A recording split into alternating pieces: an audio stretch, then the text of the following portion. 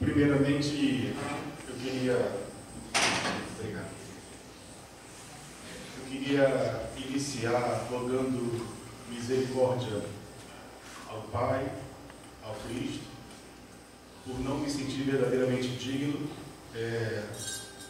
de estar nessa festividade, uma data tão importante, em que se homenageiam todos os trabalhadores dessa Seara Espírita e se educandário verdadeiramente.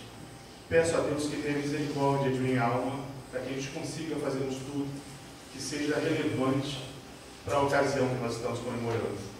E assim, eu gostaria de iniciar naturalmente agradecendo a oportunidade. Agradeço a oportunidade da direção da Casa Espírita por mais esse convite. Agradeço aos nossos amigos que vêm estar conosco, a forma carinhosa como nós sempre somos recebidos nessa Seara Espírita. Agradecemos a todos que nos ouvem, naturalmente pela paciência. E agradecemos a Jesus, aquele que é a luz do mundo para todos nós, para quem nós solicitamos misericórdia, nos auxiliando e nos inspirando, aos nossos amigos espirituais. Eu gostaria de iniciar o estudo dessa noite, relembrando uma passagem do Evangelho que todos nós conhecemos. Recentemente, um estudo que foi feito sobre cristãos de um modo geral, para cristãos de um modo geral, nas diversas denominações que existem, perguntaram sobre as parábolas que eram conhecidas, porque nós sabemos que são dezenas. Muitas são muito pouco estudadas, mas curiosamente a parábola que será nosso objeto de estudo nessa noite, ela foi a quinta parábola mais conhecida. Todos nós possivelmente já ouvimos, já estudamos, já nos debruçamos sobre essa mensagem. Curiosamente, embora ela seja a quinta parábola mais conhecida, ela está registrada em apenas um dos evangelhos, o Evangelho de Lucas, no seu capítulo 14. Quando nós pegamos o Evangelho de Lucas, o capítulo inteiro se debruça sobre parábolas que parecem serem semelhantes. O Evangelho de Lucas vai começar sua narrativa da seguinte forma: segundo Lucas, Jesus estaria sentado numa mesa, onde nessa mesa também estariam sentados com ele publicanos e pecadores. Lucas faz essa referência. Nos outros evangelhos nós encontramos uma referência um pouco diferente. Nós vamos encontrar em Lucas então essa referência de que Jesus estaria sentado a uma mesa entre publicanos e pecadores. E para que a gente possa entender o que isso representa, nós temos que tentar nos lembrar da figura dos publicanos. Quem eram os publicanos? Os publicanos eram judeus que trabalhavam a serviço dos romanos. Então era natural que todos os judeus detestassem os publicanos. E mais, não só trabalhavam, não só estavam a serviço dos romanos, como também eram cobradores de impostos. E não raro, eram pessoas desonestas, como nós vimos nos evangelhos, em várias narrativas. Lembremos, por exemplo, numa comparação de um agiota. Um agiota é aquele que, quando você vai pagar aquilo que deve, já não é mais aquilo, é aquilo e mais um pouco. Os publicanos, segundo consta nos evangelhos, agiam também assim, e a prova disso é um diálogo que nós temos impressionante entre Jesus e a figura de Zaqueu. Quando Jesus adentra a casa de Zaqueu, que era um publicano, ele teria voltado para Jesus e teria dito: mestre, darei a metade de tudo que eu tenho aos pobres, e aqueles a quem eu tiver usurpado, subtraído, eu devolverei em dobro.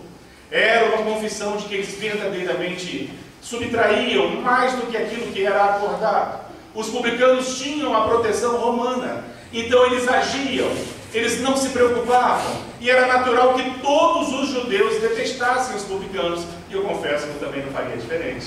Os publicanos eram considerados traidores. Segundo a narrativa de Lucas, então, Jesus estaria sentado numa mesa com publicanos e pecadores. E quem eram esses pecadores? Nós não sabemos. A que tipo de pecado ele se refere? Nós não sabemos. Até porque a palavra pecado, na sua origem, consultando os consultando os dicionários, a palavra pecado, ela tem o sentido de ir contra regras, de desobedecer regras. Então muitos eram os motivos para considerar alguém um pecador. Então Jesus estaria sentado numa mesa com publicanos e pecadores, quando de repente os fariseus se aproximam dele e começam a questionar: como pode ser esse homem um profeta se ele senta-se à mesa com publicanos e pecadores? Jesus então levanta-se e narra 3 parábolas em sequência, que eu tenho certeza que todos nós estudamos as 3 parábolas. Ele começa narrando a parábola da ovelha perdida. Logo em seguida, ele narra a parábola da dracma perdida. E a terceira e última parábola desse capítulo, ele narra a parábola do filho pródigo. Curiosamente, as 3 parábolas ditas, ensinadas por Jesus nessa ocasião, elas aparentemente têm o mesmo sentido, de algo que se perde e é encontrado. Mas cada uma dessas parábolas trazem lições próprias, lições específicas. E hoje nós iremos nos debruçar na parábola do filho pródigo, que vai servir de fundo para todo o estudo dessa noite. A parábola começa mais ou menos assim. Jesus, ele narraria então que existia um senhor que possuía 2 filhos. O filho mais jovem, o filho mais novo, volta-se para o pai e diz: pai, dá a metade da minha parte na herança. Eu quero que tu repartas e me dê a metade que me diz respeito. O pai então, na mesma hora consente, entrega ao filho tudo aquilo que ele teria direito. Passado alguns dias, esse filho vende tudo aquilo que era do seu pai e viaja para uma cidade distante. Nessa cidade, ele torra todo aquele dinheiro. Ele era um perdulário. A parábola do filho pródigo conta a história exatamente de um indivíduo irresponsável. A palavra pródigo nos dicionários quer dizer exatamente isso: um gastador, um perdulário, um irresponsável. Ele gasta todo o dinheiro adquirido por seu pai e ele se vê numa situação muito difícil. Ele se encontrava agora numa situação em que aquela região onde ele estava havia sido acometida por uma grave fome. Nós não sabemos exatamente o que aconteceu, mas Jesus afirma que havia acontecido ali uma grave fome. E aqui eu abro um parênteses. Nós já ouvimos falar na roda da vida? A roda da vida representa as voltas que a vida dá.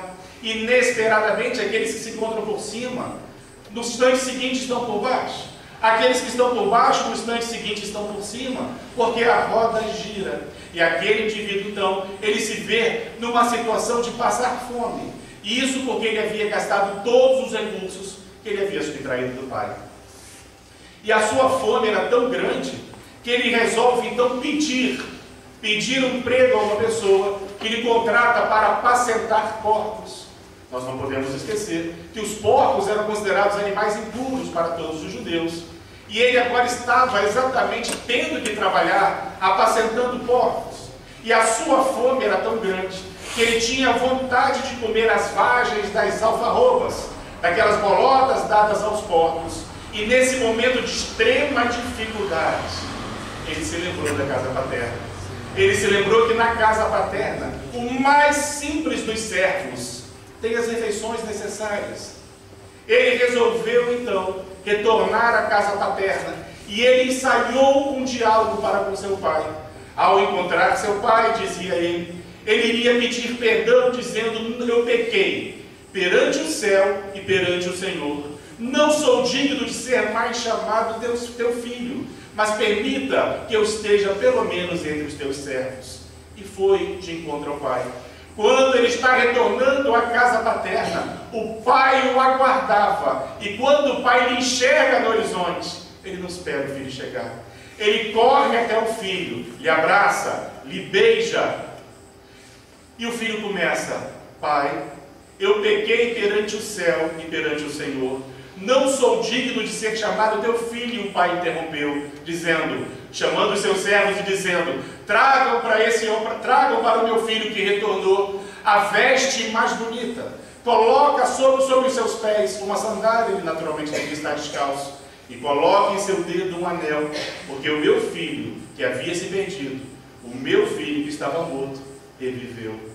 Chama os seus servos e diz: peguem um bezerro cevado, para que nós possamos comemorar. Daremos uma festa para o retorno do meu filho, e assim aconteceu.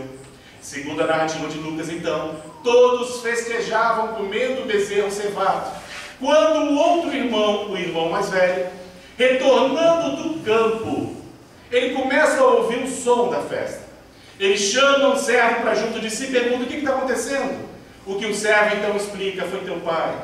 Seu pai mandou que nós matássemos um bezerro cevado para comemorarmos o retorno do seu irmão. Ele se indignou. Ele se indignou e se recusou a entrar na propriedade paterna. Seu pai então sai para buscá-lo. E ele imediatamente fala: pai, eu sempre estive ao teu lado. Eu sempre fiz tudo o que tu me pediste. E tu jamais mandaste matar sequer um carneiro para que eu pudesse comemorar com meus amigos. Mas já para o meu irmão, que gastou todo o seu dinheiro com prostitutas, tu mandas matar um bezerro cevado. O que o pai imediatamente afirma: filho, hoje tudo que temos é teu. Claro, né? O outro já tinha levado a parte dele. Tudo que temos é teu, mas temos que comemorar, porque o seu irmão que havia se perdido, o seu irmão que havia morrido, reviveu. E termina o capítulo. Essa parábola, ela é tão repleta de informações, de figuras, de sinais, que nós precisaríamos de muitos dias para que nós pudéssemos extrair dela todas as lições que ela nos traz. Quando nós falamos da parábola do filho pródigo, começamos cometendo um grave erro no título que foi atribuído para ela. Porque quando você fala que a parábola do filho pródigo, parece que só existe um personagem, um filho, quando na realidade eram dois. Talvez o mais certo fosse a parábola dos dois filhos, mas nós eternizamos essa parábola como a parábola do filho pródigo. E quando nós paramos para analisar essa parábola, nós percebemos que cada personagem tem um comportamento. Nós temos um filho, o filho mais jovem, não à toa é o mais jovem, que ele queria gozar a vida, que ele queria experimentar. Ele nutria aqueles velhos conceitos de carpe diem, aproveite a vida porque a vida é breve. Ele vivia nas ilusões. Ele representa nós na nossa infância, quando nós necessitamos das festas do mundo, quando nós necessitamos das coisas do mundo, ignorando a nossa essência espiritual, ignorando que daqui nós nada levamos, que estamos aqui para aproveitarmos a oportunidade desse educandário e ninguém veio a passeio. Naturalmente, que gozar, que usufruir, que se distrair, que festejar é justo, mas nós não podemos nos perder na hora de atribuir valores. E aquele outro filho, o irmão mais velho que sempre esteve ao lado do pai, que sempre fez tudo o que o pai pediu, no momento em que ele foi posto à prova, no momento em que ele foi tentado, ele mostrou ciúme, ele mostrou inveja. Mas o personagem mais curioso é o pai, que foi bom do começo ao fim. Um se equivocou desde o princípio, outro se equivocou no finalzinho, mas o pai foi bom do princípio ao fim. O pai foi compreensivo com o filho perdulário. O pai foi compreensivo com o irmão mais velho. O pai foi compreensivo com todos. Ele foi o único que se manteve constante nessa passagem. Existe um psicólogo que milita na chamada psicologia transpessoal, na abordagem da psicologia transpessoal. O nome dele é Alírio Cerqueira Filho. Esse psicólogo, douto na psicologia transpessoal, ele afirma que nós devemos olhar para essa parábola com outros olhos, porque ela não é tão simples quanto nos parece. Ele escreve uma obra chamada Psicoterapia à Luz do Evangelho de Jesus. E a primeira parábola estudada na sua obra é exatamente a parábola do filho pródigo. Alírio Cerqueira afirma que aquelas imagens apresentadas por Jesus nessa trama, nessa parábola, elas representam muito mais do que se apresentam para a gente. Elas são muito mais profundas do que nós conseguimos imaginar. Segundo ele, existem arquétipos do nosso psiquismo. Segundo Alírio Cerqueira, o nosso psiquismo tem principalmente três partes, pode ser dividido em três partes. o nosso self, que é o nosso eu essencial, é a nossa porção divina, o nosso ego. O nosso ego é exatamente as nossas más inclinações, os nossos vícios. E diz que ainda tem um terceiro personagem, que é a máscara do ego. Segundo ele, esses três arquétipos estão representados nessa parábola. O pai, que foi bom do começo ao fim, representa o nosso self. Ele existe dentro da gente. Aquele filho perdulário, irresponsável e inconsequente, também existe na gente. E o irmão mais velho representa a máscara do ego. A máscara do ego são algumas manifestações nossas. Quando nós queremos esconder nossos defeitos, nós vestimos essas máscaras, como por exemplo, o coitadismo, a vitimização, o puritanismo. São máscaras do ego, que nós utilizamos naturalmente para maquiar o nosso ego, as nossas manifestações egóicas e o nosso ego. O nosso ego representa verdadeiramente as nossas limitações, que ainda possuímos naturalmente. Todos nós possuímos inúmeras limitações, e a felicidade consiste em nós conseguirmos trazer o nosso ego mais próximos do nosso self. Todos nós somos repletos de dificuldades, que nós mascaramos naturalmente.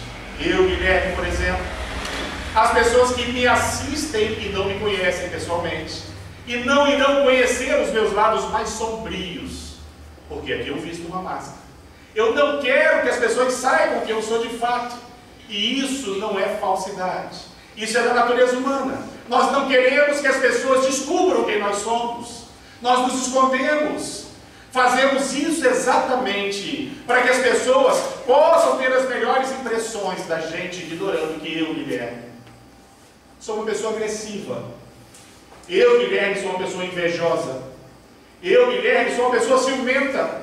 Eu, Guilherme, sou repleto de rancores. Tenho as minhas dificuldades. E essas dificuldades existem em mim, e a minha tarefa é conseguir domá-las naturalmente. Nós não vamos contra elas, nós a educamos. Quando nós falamos do nosso ego, o nosso ego é exatamente, ele nos proporciona aquela ideia de que nós somos legais pra caramba. Já ouvimos falar na expressão última Coca-Cola gelada do deserto? É o que o ego nos faz pensar. O ego é exatamente isso. É a imagem que nós criamos de nós mesmos. Todo mundo cria uma imagem de si mesmo. E a gente sempre se acha mais legal do que a gente é de verdade. É o nosso ego. A gente sempre se acha mais bacana. A gente sempre se acha mais legal. E nos conflitos, errados são sempre os outros. Para as minhas dificuldades, para as minhas limitações, eu possuo desculpas prontas na ponta da língua. Por exemplo, nós já falamos aqui em determinada ocasião, quando eu erro para com a minha irmã a ofendendo, eu vou dizer coisas do tipo: ela mereceu. Eu não estava num bom dia. Ela me provocou primeiro. Percebemos? São desculpas que eu dou para aquilo que eu não devia ter feito, mas eu fiz. Então eu fico criando desculpas, porque eu não quero assumir, porque reconhecer um erro machuca o nosso ego. Por que as pessoas têm tanta dificuldade de pedir desculpas? Porque pedir desculpas, a pessoa é obrigada a reconhecer que errou, e o nosso ego não permite. Para o nosso ego, errados são sempre os outros. Nós nunca erramos. Eu sou a última Coca-Cola gelada do deserto. E nós vamos criando diversos conflitos no nosso entorno. Exatamente por isso. Porque o nosso ego, ora exposto, ora maquiado, eles vão fazendo com que as pessoas se ofendam, se machuquem. E nós não despertamos para essa realidade. Mas a mensagem espírita, por sua vez, ela nos traz uma diretriz para isso. Porque, abrindo aqui um pequeno parênteses, nós já nos perguntamos por que somos espíritas, pelo amor de Deus. Gente, pare e pensa comigo. Espiritismo não prometeu o céu para ninguém que prometeu? Não, né? Para mim não prometeram, não. Para isso, salvação, inclusive, eu me pergunto às vezes, salvação exatamente do quê? O Espiritismo ofereceu dinheiro para alguém? Ó, se ofereceram não foi para mim, porque ó. Por que nós somos espíritas? pergunte isso, por que nós somos espíritas. Eu vou falar por mim, naturalmente, só posso falar por mim. Eu sou espírita porque acredito que a mensagem seja para mim um caminho para que eu consiga me vencer, para que eu consiga cumprir a minha tarefa. Quando nós pegamos a definição do Espiritismo no Livro dos Espíritos, eu tenho certeza que todos nós já lemos. O Espiritismo vem definido da seguinte forma: vejam se não é quase isso que está escrito. Naturalmente, que eu conto ao sabor da minha memória, mas é por aí. O Espiritismo é a ciência que estuda e comprova a imortalidade da alma, a comunicabilidade dos espíritos, Deus, a reencarnação, a pluralidade dos mundos habitados. Não é assim que a gente define a mensagem espírita? Está lá no livro. Mas e o parágrafo seguinte, quem lembra? Ninguém nunca lembra. As pessoas só lembram do primeiro parágrafo. O segundo, as pessoas estão desatentas. O segundo parágrafo diz o seguinte: tudo isso tem que servir de subsídio para a nossa reforma íntima e para a prática da caridade. Nós somos espíritos porque esse é o objetivo: vencermos-nos, vencer a nós mesmos, as minhas imoralidades, os meus vícios. Eu estou aqui para me vencer e para aprender a amar e praticar a caridade. A mensagem espírita é isso para a gente. Não adianta nós ficarmos vindo à casa espírita e permanecermos iguais. É um convite à nossa transformação, e a transformação não é passiva. A reforma íntima não cai do céu. É necessário que nós atuemos, que nós mexamos nas feridas, inclusive. É necessário. A transformação, ela não acontece do nada. Eu vou frequentando a casa espírita, um dia eu me transformo. Não é assim não, gente. Vai ter um dia em que eu vou ponderar nas minhas atitudes. Eu comecei a minha transformação.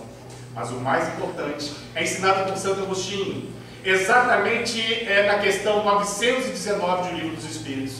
Eu só sei o número porque é uma questão muito conhecida. Eu não sou dessas pessoas que decoram o número de questões do Livro dos Espíritos. Na questão 919 do Livro dos Espíritos, Santo Agostinho nos dá uma lição impressionante para que nós possamos exatamente saber por onde nós devemos começar a tarefa da nossa transformação. Ele diz algo mais ou menos assim: fazei como eu quando estive encarnado. Ao final de cada dia, eu fazia uma reflexão de todas as horas que haviam passado. E se houvesse a possibilidade de eu ter magoado alguém, na primeira oportunidade, eu ia me desculpar. Todo mundo conhece, não conhece? E o parágrafo seguinte, está vendo? Peguei de novo. O parágrafo seguinte, Santo Agostinho fala o seguinte: mas a gente não consegue fazer isso. A gente não consegue perceber quando a gente erra ou magoa alguém. A gente só consegue perceber quando você se coloca no lugar do outro. Então, toda vez que eu quiser saber se eu magoei alguém, eu tenho que sair de mim. O nome disso é empatia. Eu tenho que me colocar no outro. Eu só vou saber se eu a magoei se eu me coloco no lugar dela. Se eu visto, se eu calço as suas sandálias. Se eu tento sentir o que ela sentiu. O que será que ela teria sentido no meu comentário? Quando eu me coloco no lugar dela, eu começo a perceber que eu não sou tão legal assim. Que sim, eu errei. E tenho o dever, o compromisso de desfazer o erro. Nós vamos tentando desfazer, desatar os nós que nós criamos no dia a dia, que são muitos. Diariamente, em alguns momentos, eu me pego chorando. Guilherme, meu Deus, como é que você ainda age dessa forma? Porque naturalmente que a nossa natureza não dá saltos. Eu lembrando de um amigo espírita chamado Felisberto Costa, da cidade de Miguel Pereira, ele brincava, dizendo que o anjo da guarda dele devia ser careca. De tanto que ele fazia assim: filho, por que você age assim? O anjo dele era careca, e o meu, tadinho, o meu é mais do que careca, eu não sei o que vem depois disso. Porque nós continuamos, nós seguimos errando até o momento que a gente não erra mais. Mas a primeira tarefa é reconhecer que erramos. É o primeiro passo. Quando nós reconhecemos que erramos, nós começamos a tarefa da nossa transformação. Enquanto forem sempre os outros que erram. Enquanto o problema estiver sempre nos outros. Enquanto eu não for capaz de perceber a minha culpa daquilo que aconteceu comigo. Eu vou estar sempre culpando os outros. Eu nunca vou voltar os meus olhos para o meu próprio coração na tarefa do autoconhecimento. Propósito da questão 919. Um sábio da humanidade, Cavour, disse: homem, conhece-te a ti mesmo. Em nível de curiosidade, essa frase é atribuída a Sócrates, não é dele. Essa frase ela estava escrita na entrada do templo de Delfos. A frase inteira é assim: homem, conheça-te a ti mesmo e conhecerá o universo e os deuses. A tarefa do autoconhecimento é saber das nossas dificuldades, para poder mudar. Saber das nossas virtudes também, porque nós não só erramos, pelo amor de Deus. É saber exatamente o que eu preciso fazer para mudar. O que eu preciso fazer para viver em harmonia comigo, com o meu redor, com o ambiente. Mas eu só consigo fazer isso a partir do momento que eu paro para fazer essa reflexão. E a mensagem espírita nos proporciona uma vantagem. Se existe alguma vantagem em sermos espírita, na minha opinião, é só essa. A vantagem de que, em toda a obra espírita, sem exceção, nós somos sempre convocados à nossa reforma íntima. Inclusive, para uma obra ser considerada espírita, ela tem que trazer subsídios para a nossa melhora. Isso não é apenas um livro que fala de imortalidade da alma, é apenas um romance. O livro tem que nos auxiliar na tarefa da nossa transformação moral. A tarefa de nós voltarmos para o nosso self, para nós reconhecermos o nosso ego e pararmos de usar as máscaras. E nós voltarmos para dentro dessa essência, porque, como diz João, numa de suas epístolas, na sua única epístola, tenho a impressão que ele só escreveu uma, quando ele diz que Deus é amor. Ora, gente, se Deus é amor, e se nós todos somos oriundos dele, é natural que o amor esteja na nossa essência. E quando nós conseguimos vibrar o amor, mas o amor desinteressado e real, é natural que nós acendamos. Por isso Jesus falava: faça brilhar a tua luz. É a nossa capacidade de amar, como diz o Espírito Joana de Ângeles numa mensagem do ano 2000. Ela dizia que quando o indivíduo consegue vibrar nas sintonias do amor, todas as suas células do corpo perispiritual se acendem e o indivíduo brilha. Eu lembro aqui de duas obras curiosas dentro da literatura espírita. O primeiro livro, o livro Voltei, do irmão Jacó. Já lembra? É um clássico. E o irmão Jacó é um pseudônimo de um grande espírita do passado, do início do século XX. Ele foi espírita a sua vida inteira e era, para os olhos dos outros, uma pessoa extremamente caridosa. Diz na sua biografia que ele doava mensalmente um caminhão de alimentos, mandava para Uberaba, para que o Chico pudesse distribuir nas periferias. Ele era um homem muito rico e ele, com facilidade, ele doava, ele colaborava, ele era um orador espírita, ele era um doutrinador, até que ele veio a desencarnar. Essa obra é uma obra muito curiosa, porque é a primeira obra espírita escrita por um espírito espírita. Nenhuma outra é. Essa é a primeira, e na minha opinião, não, só a primeira, porque Manuel Filomeno de Miranda também era espírita. A primeira obra espírita escrita por um espírita espírita. E ele começa a narrar o seu desencarne. Como é que nós imaginamos que seria o desencarne de alguém que militou na Federação Espírita Brasileira? Que falava do Evangelho? Que doava um caminhão de alimentos? Foi muito complexo. Ele teve dificuldade de se desprender do corpo. Ele era muito apegado às coisas das quais ele gostava. Ele teve o merecimento de ser assistido por espíritos ditosos, porque ele havia militado na Federação Espírita Brasileira, mas ele teve muita dificuldade. Ele é recebido no mundo espiritual por Dr. Bezerra de Menezes, imagina, gente. E por sua filha Marta, que havia desencarnado. Eles vão lá, vão cortar aqueles fios que ligam o corpo físico ao corpo espiritual, para que ele consiga se desprender, e mesmo assim ele se desprende com muita dificuldade, porque ele já estava magnetizado às coisas do mundo. E é espírito. E o levam então para a colônia espiritual. Ele começa a receber todos os tratamentos necessários para que ele pudesse se refazer. E tem uma parte do livro que me tocou muito o coração. Existe ali um momento em que haverá um encontro entre ele e diversos personagens da Federação Espírita Brasileira. Bittencourt Sampaio, Saião, Bezerra de Menezes, Leopoldo Machado. Esses espíritos se notabilizaram pela caridade, militando na bandeira da mensagem espírita. Se notabilizaram pela caridade, porque um espírita jamais vai se notabilizar de outra forma, senão pela caridade. Porque é verdadeiramente aquilo que importa. E aqueles personagens estavam lá, todos eles luminosos, Quando ele percebeu, ele se constrangiu.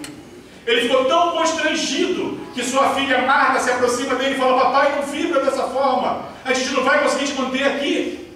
Ele estava tão constrangido porque ele não tinha luz. Ele foi espírita a vida dele inteira, gente. Desencarnou octogenário. Chegou no mundo espiritual, não tinha luz e se envergonhava porque ele falava para os outros. Ele pregava a mensagem espírita, mas para os outros. Ele não aplicava nele aquilo que ele pregava, aquilo que ele ensinava. Porque falar é muito fácil. Falar é muito fácil. Uma outra obra espírita anterior, inclusive, Os Mensageiros, segundo livro da série Nosso Lar, que foi retratado parcialmente agora nos cinemas, na verdade, foi só uma casquinha do que está no livro. Não, o livro é impressionante. O livro é impressionante. Só pede para Missionários da Luz, que é o próximo. No livro Os Mensageiros, André Luiz, do mundo espiritual, ele deixa de ser Dr. André Luiz quando desencarna, né? Ele passa a ser o irmão André, porque nós não levamos títulos do mundo espiritual. Está assim no livro. Ah, mas no filme chama ele de Dr. André Luiz o tempo todo. Sim, mas é o filme. No livro não está assim. No livro, tão logo ele se vê sendo resgatado, ele deixa de ser o Dr. André Luiz. E vai ser tratado apenas como irmão André. Porque nós não levamos títulos no mundo espiritual. Fica na terra. E lá, André Luiz, ele é socorrido, todos nós conhecemos a história. Ele é socorrido até que conforme ele vai se esclarecendo e se refazendo. E tomando consciência do que ele fez de errado para recomeçar. Ele tinha um constrangimento. Porque todas as pessoas à sua volta apresentavam uma pequena luz. Ele não tinha luz nenhuma. Ele falava que os seus companheiros apresentavam uma luz, por mais tênue que fosse, uma luz violácea, uma luz mais brilhante, uma luz... E ele não. E aquilo deixava ele verdadeiramente entristecido. Os Espíritos falam que nós não temos como mentir para os Espíritos. Porque o nosso corpo espiritual revela quem nós somos. As nossas intenções, de fato, são reveladas, nos ensina André Luiz. Não temos como mentir para os Espíritos. O nosso corpo espiritual nos revela. Até que André Luiz, nesse livro Os Mensageiros, ele é convocado a trabalhar. Chega de descanso. Vamos botar a mão na massa. Você topa? Eu topo. E a primeira vez que ele sairia de nosso lar para socorrer pessoas, ele desce caminhando, olha que curioso. O orientador espiritual que o acompanhava, o acompanha por caridade. Porque ele não precisava descer dessa forma. Mas por caridade, para não constranger o personagem, eles descem caminhando. E ele vai com aquele propósito de servir verdadeiramente, de amar, de se doar, quando de repente ele se joga no chão, chorando copiosamente. Pela primeira vez, ele havia visto luz em seu corpo espiritual, quando ele se propôs a servir com sinceridade. O amor é isso. Quando nós pegamos o capítulo 11 do Evangelho segundo o Espiritismo, os Espíritos vão nos dizer que o amor é o sentimento mais nobre que existe. Entretanto, ele é só sentimento. E como nós sabemos, do jargão popular, amor não enche barriga. É só um sentimento. Por mais que seja o mais nobre dos sentimentos, é só um sentimento. O amor, de fato, tem que ser transformado em ação, em atitude, em pães. E quando você transforma o amor dessa forma, ele muda de nome. Ele passa a se chamar caridade. Caridade é o amor posto em movimento. Quando nós nos amamos, somos caridosos. A caridade é a compreensão, é o respeito. A caridade é a tolerância. A caridade é aprender a conviver, pedir desculpas, perdoar. A caridade é não julgar, pelo amor de Deus. Não julguemos. E nesses 73 anos, de que esse educandário, projetado anteriormente, naturalmente, no mundo espiritual, ele está comemorando esse momento tão especial para todos esses trabalhadores do visível e do invisível. Nós só temos a agradecer por todas as lições. Quantas almas já não se transformaram? Quantos de nós já não nos vencemos um pouquinho? Tudo isso também é fruto dessa casa. Porque a caridade não são apenas os pães. Para falar a verdade, Em alguns momentos os pães podem até não ser caridade. Porque em ano eleitoral, as pessoas também distribuem tudo que vocês possam imaginar. Tem gente distribuindo dentadura. Pão, então, nem se fala. Você não pode chamar isso de caridade. Porque caridade não é simplesmente dar